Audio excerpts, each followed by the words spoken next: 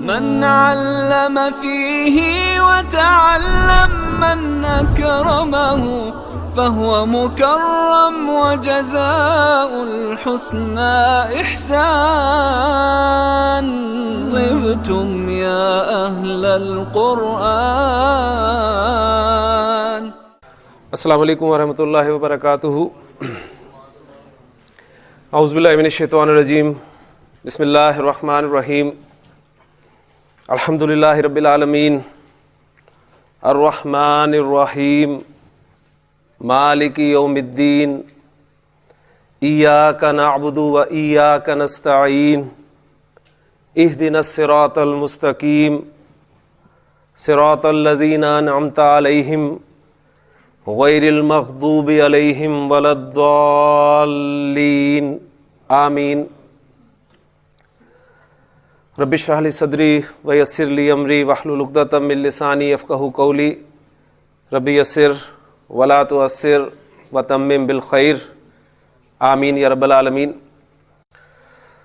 سورۃ الفاتحہ کی تلاوت میں نے آپ کے سامنے کی ہے، اور آپ سب جانتے ہیں کہ سورۃ الفاتحہ قرآن مجید کی وہ سورت ہے جو آپ دن کے 5 وقت کی نمازوں کی ہر رکعت میں ضرور پڑھتے ہیں. اور اس سورۃ الفاتحہ میں آپ اللہ سے یہ دعا بھی کرتے ہیں کہ اہدنا الصراط المستقیم، ہمیں سیدھا رستہ دکھا یا ہمیں سیدھے رستے پر چلا. اب سورۃ الفاتحہ کے بعد آپ سب جانتے ہیں کہ ہمارے سامنے جو مصحف کی ترتیب آتی ہے اس میں سورۃ البقرہ سے پھر یہ مصحف شروع ہو جاتا ہے اور سورۃ الناس تک چلتا ہے. تو ہم نے اللہ تعالیٰ سے دعا کی کہ ہمیں سیدھا رستہ دکھا، ہمیں سیدھے رستے پر چلا. تو اللہ تعالیٰ نے ہماری دعا قبول کرتے ہوئے، ہم پہ رحم کرتے ہوئے، ہم پر اپنا فضل کرتے ہوئے ہمیں قرآن مجید کی شکل میں وہ سیدھا رستہ دکھا دیا. ویسے بھی آگے سورہ بنی اسرائیل میں اس کا جواب مزید تفصیل سے ملتا ہے کہ ان ھذا القرآن یہدی للتی ہی اقوم. یقیناً یہ قرآن دکھاتا ہے وہ راستہ جو بالکل سیدھا ہے. تو اب چند باتوں کو ذرا جوڑ لیں ساتھ کہ مجھے سیدھا رستہ چاہیے. اس کے لیے میں نے اپنے رب سے دعا کی اور میرے رب نے قرآن جو ہے وہ سیدھے رستے کے طور پر میرے سامنے کر دیا. لیکن اس قرآن، اس سیدھے رستے پر آپ کو ایک کردار جو ہے وہ ضرور ملے گا، اور وہ کردار کس کا کردار ہے؟ وہ شیطان کا کردار ہے. اور یہ بھی ہمیں قرآن مجید سے ہی پتہ چلتا ہے کہ اللہ تعالیٰ نے جب اس شیطان کو یعنی ابلیس کو وہاں سے نکالا، اس نے مہلت مانگی تھی، اللہ تعالیٰ نے اسے مہلت دی. لیکن جاتے جاتے جو وہ چیلنج کر کے گیا اللہ تعالیٰ کو، بڑے خوبصورت الفاظ ہیں قرآن مجید کے، قَالَ فَبِمَا أَغْوَيْتَنِي، کہ جو تو نے مجھے گمراہ کیا ہے نا، تو میں تجھے چیلنج کرتا ہوں کہ لَأَقْعُدَنَّ لَهُمْ صِرَاطَكَ الْمُسْتَقِيمَ. اب یہاں پر دیکھیں الفاظ وہی آ رہے ہیں، صراطک المستقیم. ہم نے دعا مانگی اہدنا الصراط المستقیم، تو اس کا چیلنج کیا کہ لَأَقْعُدَنَّ لَهُمْ صِرَاطَكَ الْمُسْتَقِيمَ، میں ضرور بالضرور، یہ جو میں زور دے رہا ہوں انشاءاللہ تعالیٰ آپ آگے جا کے پڑھیں گے کہ یہ زور کیوں میں اتنا ان الفاظ میں پیدا کر رہا ہوں. انشاءاللہ تعالیٰ گرامر آپ کو یہ بتائے گی. تو بہرحال میں ضرور بھی ضرور بیٹھوں گا ان کے لیے تیرے سیدھے رستے پر، یعنی میں بھی انہیں گمراہ کر کے رہوں گا. ثم لآتینہم من بین ایدیہم، پھر میں ان پہ حملہ آور ہوں گا ان کے سامنے سے، ومن خلفہم، اور ان کے پیچھے سے، وعن ایمانہم، ان کی دائیں جانب سے، وَعَنْ شَمَائِلِهِمْ اور ان کی بائیں جانب سے وَلَا تَجِدُ أَكْثَرَهُمْ شَاكِرِينَ اور اے اللہ تو ان میں سے اکثر کو شکر کرنے والا نہیں پائے گا۔ اب اس کو بھی ساتھ جوڑ لیجئے، ہمیں سیدھا رستہ چاہیے تاکہ سیدھے رستے پر چل کر ہم کامیابی یعنی اللہ کی رضا یعنی جنت حاصل کر سکیں۔ اور وہ سیدھا رستہ ہمارے سامنے کس شکل میں موجود ہے؟ قرآن مجید کی شکل میں موجود ہے۔ اور اس سیدھے رستے پر ہمیں گمراہ کرنے کے لیے کون موجود ہے؟ شیطان۔ اب دیکھیں وہ جو اس کا چیلنج ہے کہ میں ضرور بے ضرور ان پہ حملہ کروں گا، ان کے سامنے سے، ان کے پیچھے سے، ان کی دائیں جانب سے، ان کی بائیں جانب سے۔ ذرا غور کریں اس دنیا میں کتنے لوگ ہیں، کتنے لوگ ہیں جنہیں اس نے اس سیدھے رستے کی طرف آنے سے ہی روک رکھا ہے۔ کتنے لوگ ہیں جو اس قرآن مجید پر ایمان رکھتے ہیں؟ جو ایمان نہیں رکھتے وہ اس سیدھے رستے سے ہٹے ہوئے دور ہے، تو کتنی بڑی تعداد ہے دیکھ لیں۔ پھر جو اس پر ایمان رکھتے بھی ہیں ان میں سے دیکھیں کتنے لوگ ہیں جو اس قرآن کو صحیح طریقے سے پڑھ سکتے ہیں۔ تعداد مزید کم ہو جائے گی۔ پھر جو اس قرآن مجید کو صحیح طریقے سے پڑھ سکتے ہیں ان میں سے کتنے لوگ ہیں جو اس کلام کو، اللہ کے کلام کو سمجھ سکتے ہیں؟ تعداد اور کم ہو گئی۔ پھر وہ جو سمجھ سکتے ہیں ان میں سے کتنے لوگ ہیں جو اس پر عمل کرتے ہیں؟ تعداد مزید کم ہو گئی۔ اور پھر جو عمل بھی کرتے ہیں ان میں بھی آپ دیکھیں کہ خود تو عمل کر رہے ہیں لیکن کیا وہ اس کو آگے پہنچانے کی کوشش کر رہے ہیں؟ کتنے لوگ ہیں؟ اب یہ دیکھیں کسی نہ کسی طریقے سے اس نے وہ جو چیلنج کیا تھا وہ اس میں کس درجے کامیاب جا رہا ہے یہ آپ خود اندازہ لگائیں گے۔ یعنی کبھی وہ سامنے سے آئے گا، آپ کو روکے گا کہ کدھر جا رہے ہو۔ اب یہ کلاس جو ہماری شروع ہوئی ہے یہ کس مقصد کے لیے شروع ہوئی ہے؟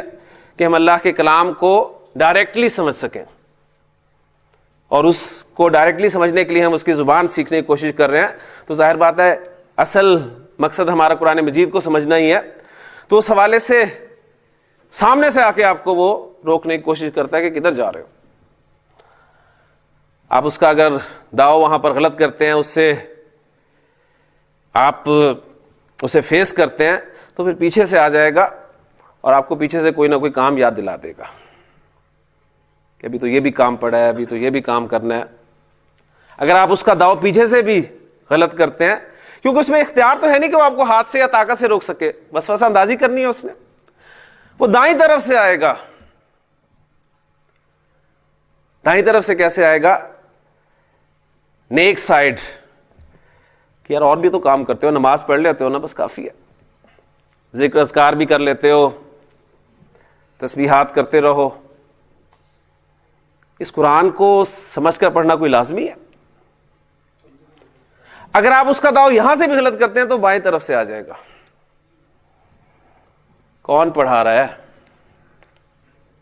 کس مکتبہ فکر سے تعلق رکھنے والے لوگ ہیں،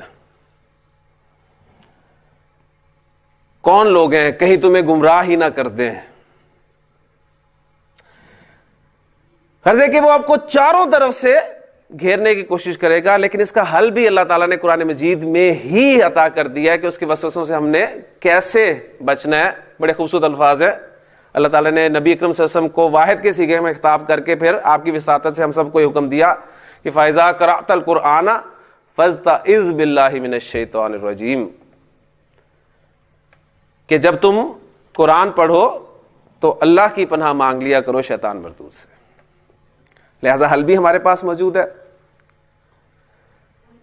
تو یہ باتیں میں نے آپ سے اس لیے کی ہیں کہ ہم چونکہ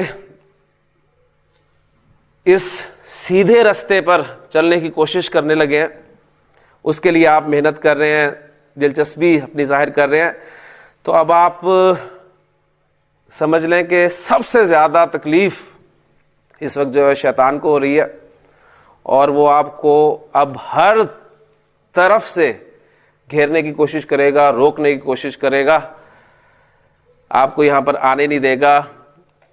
اس کے لیے پھر ایک تو تعوذ, اللہ کی پناہ, اور پھر اللہ ہی سے دعا کہ ربی یسر ولا تعسر وتمم بالخیر. اللہ تعالیٰ عمل کرنے کی توفیق عطا فرمائے. کل کا سبق یقیناً آپ کو مشکل لگا ہوگا, لیکن انشاءاللہ تعالیٰ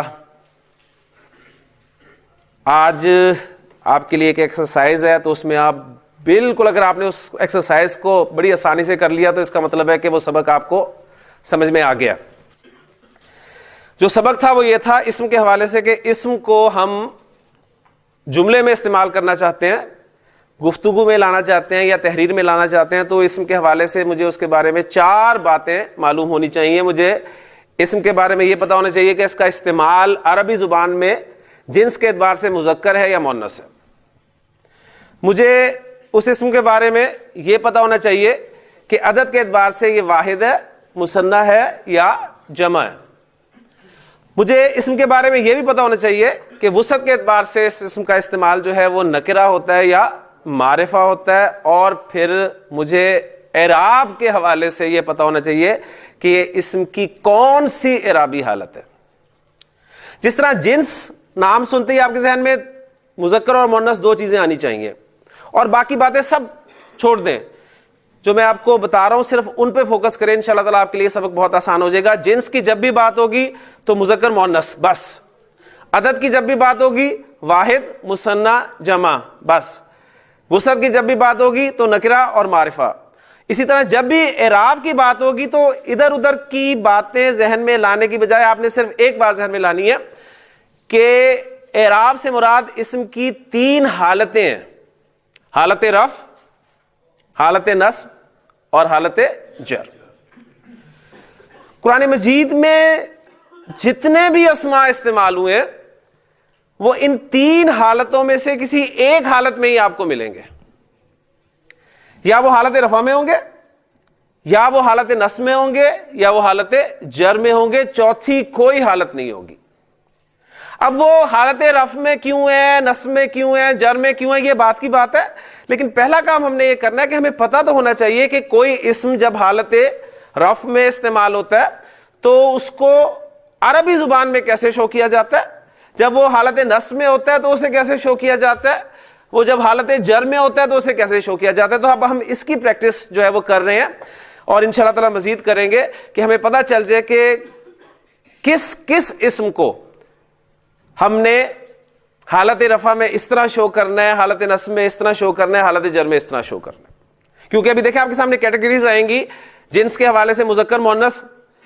مذکر اسم کو کیسے شو کرنا ہے, مؤنث کو کیسے شو کرنا ہے, پھر واحد کو, مثنیٰ کو, جمع کو کیسے شو کرنا ہے ان تینوں حالتوں میں, پھر معرفہ اور نکرہ کو کیسے شو کرنا ہے تینوں حالتوں میں. تو بنیادی چونکہ چیز ان 4 پہلوؤں میں اعراب کی ہے, اس لیے میں نے آپ کو اعراب پڑھایا سب سے پہلے, تاکہ یہ اعراب کا سبق جو ہے ہم اگلے 3 پہلو پڑھتے ہوئے اس کو ساتھ ساتھ جو ہے وہ چلاتے رہیں, اور ہمارے ذہن میں یہ بات اچھی طرح بیٹھ جائے کہ اگر یہ اسم مذکر ہے یا مؤنث ہے تو اس کی 3 اعرابی حالتیں کیا ہیں. اگر یہ اسم واحد ہے, مثنیٰ ہے یا جمع ہے تو اس کی 3 اعرابی حالتیں کیا ہیں. اگر یہ اسم نکرہ ہے یا معرفہ ہے تو اس کی 3 اعرابی حالتیں کیا ہیں. اس لیے اعراب کو میں نے سب سے پہلے آپ کے سامنے رکھا ہے, تو اس میں آپ نے بالکل پریشان نہیں ہونا.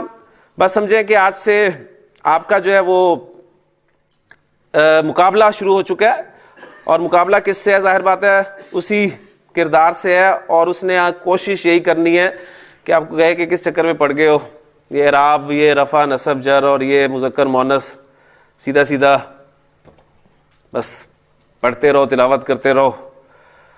لیکن انشاءاللہ تعالی ہم نے چونکہ یہ طے کیا ہے کہ ہم نے اللہ کے کلام کو ڈائریکٹلی سمجھنا ہے, اس لیے کہ ذہن میں رکھیے گا کہ ترجمہ کبھی بھی کسی زبان کا نعم البدل نہیں ہو سکتا. ترجمے میں وہ مزہ ہی نہیں آتا جو ڈائریکٹلی آپ کسی بھی زبان کو لے لیں. آپ پنجابی بولتے ہیں, آپ کے ساتھ اردو میں بات کی جائے آپ کو مزہ ہی نہیں آئے گا. پنجابی میں آپ بڑا ایزی فیل کریں گے, اپنے پنجابی محاوروں کو انجوائے کریں گے. اسی طرح جو انگریزی بولنے والے ہیں انہیں اردو میں مزہ نہیں آتا. تو عربی تو سب سے خوبصورت زبان ہے, خوبصورت ترین زبان ہے. تو انشاءاللہ تعالی ہم کوشش کر رہے ہیں, بس اللہ سے دعا ضرور کرتے رہیں کہ اللہ تعالی ہمارے لیے آسانیاں فرمائے. تو 3 اعرابی حالتیں آپ کے سامنے آئی ہیں, حالت رفع, حالت نصب اور حالت جر.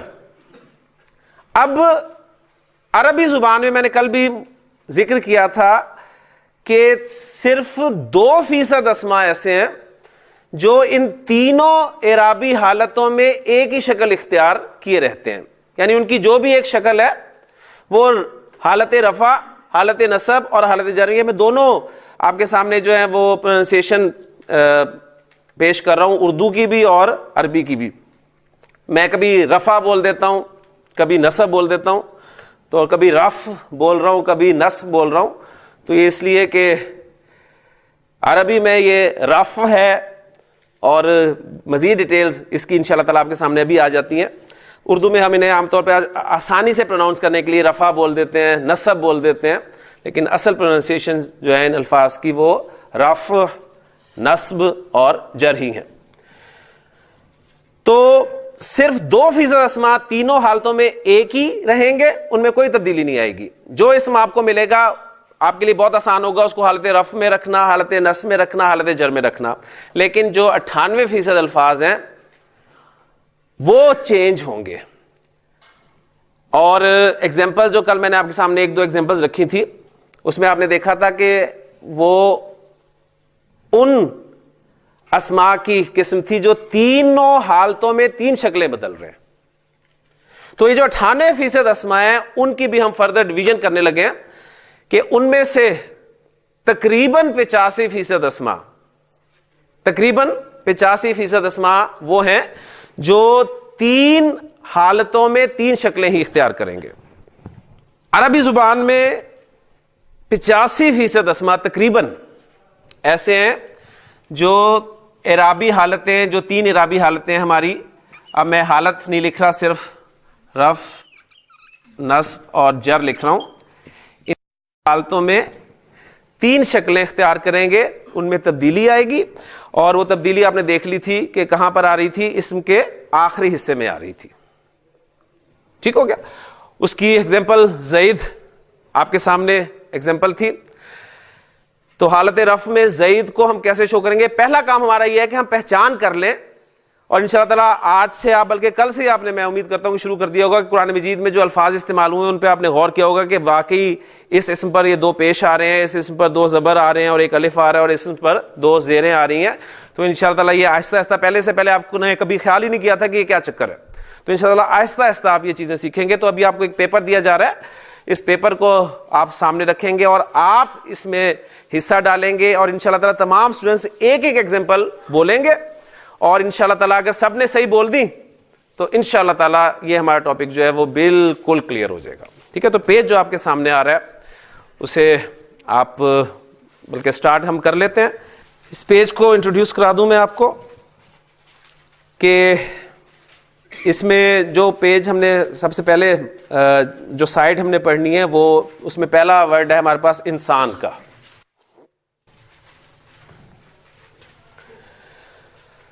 پہلے کالم میں اسم ہیڈنگ دی ہوئی ہے اور کچھ اسماء نیچے لکھے ہوئے, پھر آگے 3 کالمز بنے ہوئے ہیں, حالت رفع, حالت نصب اور حالت جر. اب آپ نے ان اسماء کو ایک ایک کر کے ان کی تینوں حالتیں بولنی ہیں اور لکھنی ہیں. آپ نے لکھیں گے, آپ گھر جا کے بھی لکھ سکتے ہیں, لیکن آج صرف بول دیں, اور آپ کو پتہ ہونا چاہیے کہ آپ نے ان کو لکھنا کیسے ہے. ٹھیک ہے. تو انشاءاللہ تعالیٰ یہ ایک دفعہ جب آپ کے منہ سے, آپ کی زبان سے یہ الفاظ نکل جائیں گے تینوں حالتوں میں, تو اس وقت آپ کو لگ رہا ہوگا کہ یہ بڑا مشکل ٹاپک ہے, یہ ہمیں سمجھ نہیں آ رہی, لیکن اگر آپ نے تینوں حالتیں بنا لی تو یقین کیجیے آپ کو بات سمجھ میں آ گئی ہے. جی بسم اللہ کرتے ہیں. پہلا لفظ ہے ہمارا انسان. جی حافظ صاحب. انسان, انسانن, انسانن. جی تو پہلا لفظ آپ کے سامنے آیا تھا انسان, اور آپ نے دیکھا کہ انسانن حالت رفع میں 2 پیش کے ساتھ, انسانن حالت نصب میں دو زبر اور ایک الف کے ساتھ. جی میں آپ کو آپ کی مدد کر دیتا ہوں اس حوالے سے. تو آپ نے بس جب لکھنا ہے تو اس وقت یہ غور کرنا ہے کہ کس حرف کو آپ نے اس الف کے ساتھ ملا کر لکھنا ہے اور کس حرف کو آپ نے اس الف سے الگ کر کے لکھنا ہے. اور یہ آپ کو پتہ ہے کہ وہ کون کون سے حروف ہیں جن کے ساتھ جو ہے وہ الف ملا کر لکھا جاتا ہے اور کن کے ساتھ ملا کر نہیں لکھا جاتا.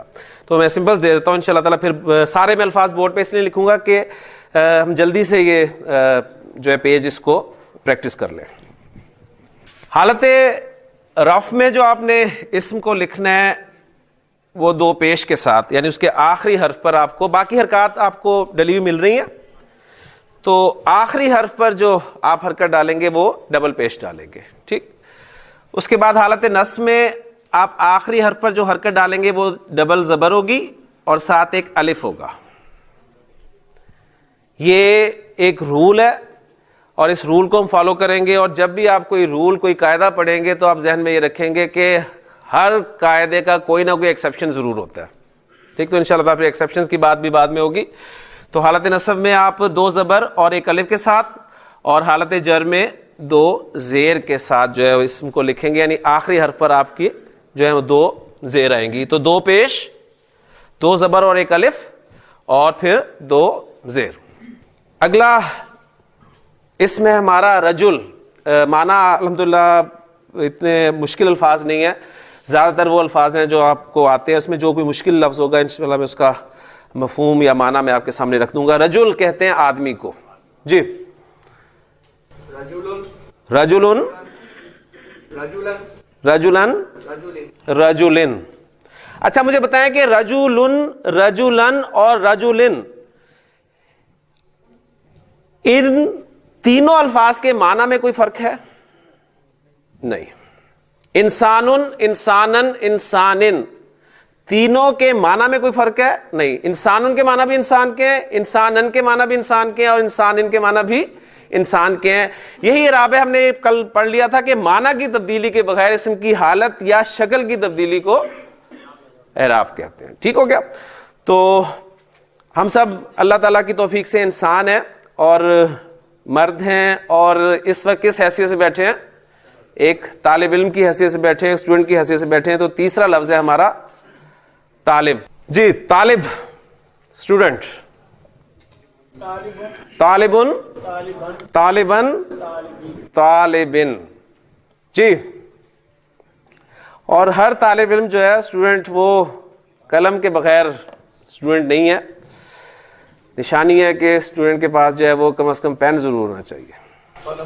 جی میاں صاحب. قلمن، قلمن، قلمن. ماشاء اللہ. جی. کتابن، کتابن، کتابن. جی ندیم صاحب. بیتن، بیتن، بیتن. ان الفاظ کے معنی آپ کو پتہ ہے، ایسے ہی ہے نا؟ جی. بابن، بابن، بابن. جی. جدار، جدار کہتے ہیں دیوار کو. ٹھیک ہے. تو جی بولیں حالت رفع میں سے کیسے بولیں گے؟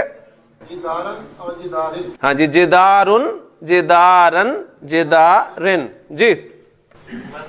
مسجدن، مسجدن، مسجدن. ماشاء اللہ. جی. معلمن، معلمن، معلمن. جی.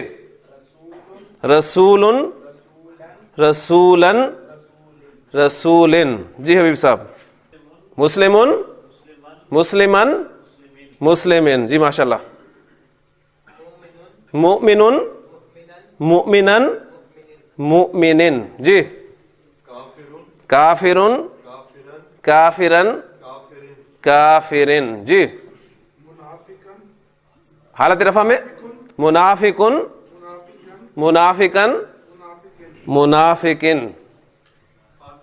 فاسقن، فاسقن، فاسقن. جی. فاجرن، فاجرن، فاجرن. جی. صالحن، صالحن، صالحن. جی. صادقن، صادقن، ماشاء اللہ. صادقن، صادقن، صادقن. جی سہلن، سہلن، سہلن. جی ماشاء اللہ یہیں پر اس کو روکتے ہیں. ہمارے ماشاء اللہ کافی جو ہیں وہ الفاظ اس حوالے سے پورے ہو گئے. تو یہ اسماء جو ہیں اب ان کے بارے میں آپ کو کچھ بتا دوں کہ یہ جو اسماء آپ کے 85% اسماء ہیں جو 3 حالتوں میں 3 شکلیں اختیار کر رہے ہیں. ان اسماء کو گرامیٹیکلی کہتے کیا ہیں؟ ان کا ایک نام ہے ظاہر ہے. اب ہم ٹپیکل ٹرم کی طرف آئیں گے. یہ اسماء جو ہیں یہ عربی گرامر میں منصرف اسماء کہلاتے ہیں.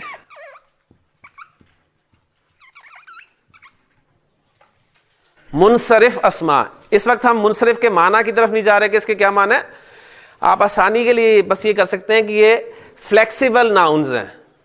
آپ دیکھ رہے ہیں کہ چینج ہو رہے ہیں. منصرف اسماء. اب جو آپ نے بات ذہن میں رکھنی ہے وہ یہ بات رکھنی ہے کہ جب بھی آپ کے سامنے منصرف نام آئے تو کیا بات آپ کے سامنے آنی چاہیے کہ وہ اسماء جن کی تعداد تقریباً 85% ہے، یعنی اسماء کا بہت بڑا حصہ. ہم شاید اس پوری کلاس میں یہ جو ڈیوریشن ہے 4 ماہ کی، اس میں ہم 85% اسماء پورے نہیں پڑھ سکیں گے، لیکن آپ کو اندازہ ہوگا کہ جو بھی اسم آپ کے سامنے آئے گا اس کے بارے میں غالب گمان آپ کا یہ ہوگا کہ وہ منصرف اسم ہے. اس لیے آپ دیکھتے ہیں کہ جب بھی ہمارے پہ اردو سے عربی بولنے کا جوش سوار ہوتا ہے تو ہم عام طور پہ وہ دیکھیں یہ 2 پیش ہی اس اسم کے آخر میں لگاتے ہیں. ٹھیک ہے، کرسیون، ٹھیک ہے، دیوارن. یعنی یہ ہمارے دیکھیں وہ جوش چڑھتا ہے تو بالکل آج آپ کے سامنے وہ آ گیا. کیوں لگاتے ہیں؟ اس لیے کہ 85% اسماء ایسے ہیں جن پر ایسے ہوتا ہے. اچھا 85% اسماء ہیں ان کا نام منصرف اسماء ہے، اور حالت رفع میں انہیں کیسے شو کرتے ہیں؟ 2 پیش کے ساتھ. حالت نصب میں کیسے شو کرتے ہیں؟ 2 زبر اور 1 الف کے ساتھ. حالت جر میں کیسے شو کرتے ہیں؟ 2 زیر کے ساتھ. تو یہ منصرف اسماء جو ہیں یہ جب حالت نصب میں استعمال ہوتے ہیں تو آپ دیکھ رہے ہیں کہ قاعدہ یہ ہے کہ 2 زبر کے بعد 1 الف ضرور لگایا جاتا ہے. 2 زبر کے بعد 1 الف ضرور لگایا جاتا ہے. یہ قاعدہ ہے. اور میں نے ابھی آپ سے کہا کہ جب بھی آپ کوئی قاعدہ پڑھیں گے اس کے لیے کوئی نہ کوئی ایکسیپشن ضرور ہوگا. تو اس قاعدے کا ایکسیپشن کیا ہونا چاہیے کہ ایسے اسماء بھی آپ کے سامنے آئیں گے جنہیں جب آپ حالت نصب میں لکھیں گے تو صرف 2 زبر ہی لگائیں گے، الف نہیں لگائیں گے. بات سمجھ میں آ گئی نا؟ اب وہ کون سے اسماء ہیں 1 منٹ میں پتہ چل جائے گا آپ کو انشاءاللہ تعالی. دیکھیں میں آپ کے سامنے لفظ لکھ رہا ہوں جنتن. اس کو میں حالت نصب میں لکھوں گا جنتن، الف نہیں لکھا. اور حالت جر میں جنتن. بولنے میں ویسے کا ویسے ہی ہے. تو ایک ایگزامپل سے میں آپ کے سامنے یہ ایکسیپشن بیان کر رہا ہوں کہ ایسے اسماء جن کے آخر میں گول تا آ جائے، ایسے اسماء جن کے آخر میں گول تا آ جائے ان کے ساتھ آپ حالت نصب میں 2 زبر کے بعد الف نہیں لگائیں گے. کلیئر ہو گیا؟ اور یہ اسماء بھی آپ کو میں نے اس پیپر پہ دیے ہوئے، اسے آپ پریکٹس کر سکتے ہیں. ایک ایکسیپشن یہ ہو گیا. دوسرا ایکسیپشن دیتا ہوں پھر نماز کا وقت جو ہے وہ ہونے والا ہے. اسم لکھ رہا ہوں آپ کے سامنے سما. آسمان کو کہتے ہیں. حالت رفع میں سے سماءن اور حالت نصب میں سماءن، لیکن میں نے الف نہیں ڈالا. اور حالت جر میں سماءن. تو یہ ایکسیپشن کیا بنے گا؟ یہ ایکسیپشن یہ بنے گا کہ وہ اسماء جو حمزہ پر ختم ہو اور حمزہ سے پہلے الف ہو. یہ 2 شرائط کے ساتھ. صرف حمزہ پہ ختم ہونا مقصد نہیں ہے.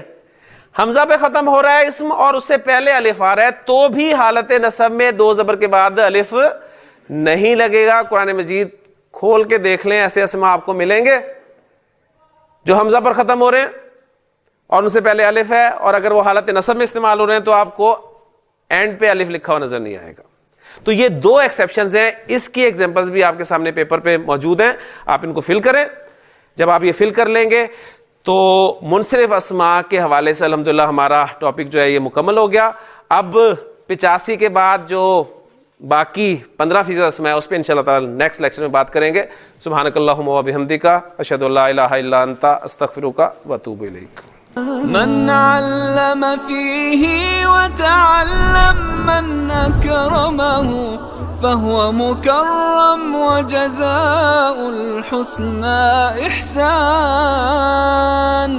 طبتم يا أهل القرآن